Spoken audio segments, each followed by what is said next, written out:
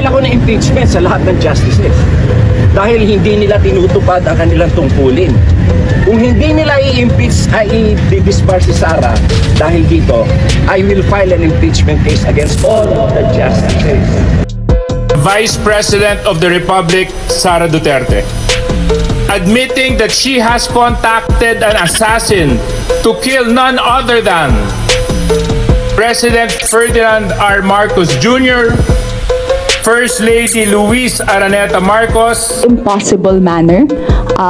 Ito ang nakikita nating basehan kung bakit malakas ang ebidensya laban kay Sara Duterte. And kaya nga sa kabataan, in our parlance now, no, ang tingin natin, it's time to impeach the wicked witch of the South. Sige po. Alam mo kung ba't di ka pa umaasenso? Hindi ka tamad. Kupal ka kasi. Baka kupal ka.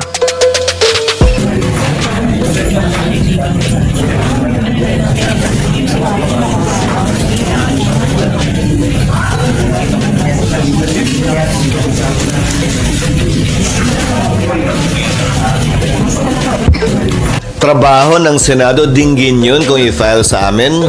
Pero ulitin ko, desisyon ng impeachment court, mayoriyang boto, hindi 2/3, hindi 3/4, kung ano ang gagawin kaugnay ng schedule ng hearing. Minsan, ang tawag loyalista,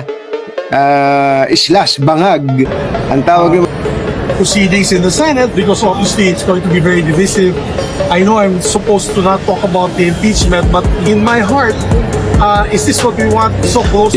Impeachment is a political process, not a judicial one. Sangayon po ako sa hindi pagtuloy ng impeachment. Sa iba pang balita, naghahanda na sa isang mapayapang pagkilos ang Iglesia ni Cristo. Malawakang rally ang ikinakasa ng Iglesia ni Cristo bilang pagtutol sa impeachment laban kay Vice President Sara Duterte. Malawakang rally ang kinakasa ng Iglesia ni Cristo bilang pagkontra sa impeachment laban kay VP Sara Duterte. Ito na po.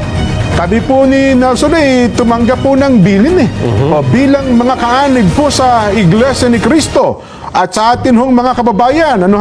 Dahil po dyan, mga kababayan at mga kapatid sa Iglesia, ang mga kapatid po sa Iglesia ay naghahanda, Nelson. Ulitin ko po ang mga kapatid po sa Iglesia ay naghahanda na magsagawa po ng rally. Iglesia ni Cristo.